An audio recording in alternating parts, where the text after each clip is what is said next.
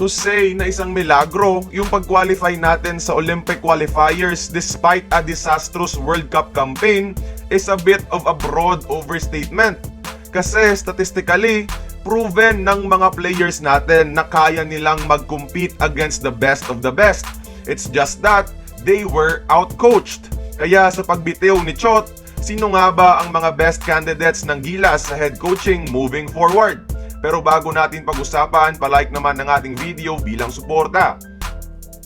Kamusta mga idol? Anong balita? Kung bago ka pa lang dito, i-click mo na ang subscribe at ang notification bell para maging updated ka sa ating mga uploads. Okay, matik na yan sa number 1 si Coach Tab Baldwin, a legendary basketball tactician na patunay na walang imposible sa team na laging handa. Lahat naman alam kung anong kaya niyang gawin and why he is still the best man for the job. So tuloy tayo sa number 2, which is si Coach Igor Kokoskov. Ang meta ng laro ngayon ay westernized at oras ng kumuha ng coach galing sa kanluran. Si Coach Igor, current assistant sa Atlanta at dati sa Dallas, ay former head coach ng Phoenix Suns, Serbia at Slovenia.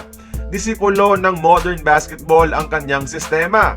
Siya lang naman mga idol, ang offensive architect sa Cinderella Western Conference Finals run ng Dallas Mavericks noong 2022. Nakapag-coach na rin to against Baldwin at may familiarity na sa ilang mga locals natin. Sunod ay si Coach Juan Antonio Orenga, current tactician sa Chinese League at dating head coach ng Spain noong 2014 World Cup. Intriguing kind of modern offense nga lang ang dala nito. Former player ng Spain sa Olympics so he can relate with our players. Familiar na din siya sa Asian basketball landscape. Tinuturing din siya as one of the best big man coaches internationally, so mas madedevelop at magagamit pa dito si Kai Soto and the very promising AJ Edo in their full potential. Sa pera na meron ng SBP, no question, afford nilang kumuha ng top caliber coaches. Kaya yan ang aking wishlist sa next Gilas head coaching position.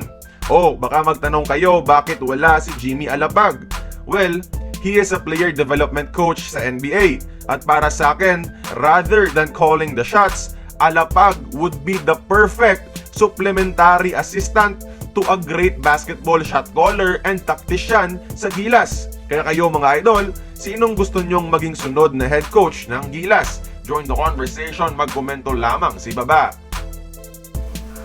Kung nagustuhan mo ang ating video, please like, share, and subscribe.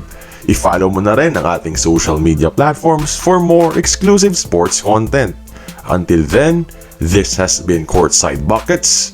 See you on the next one.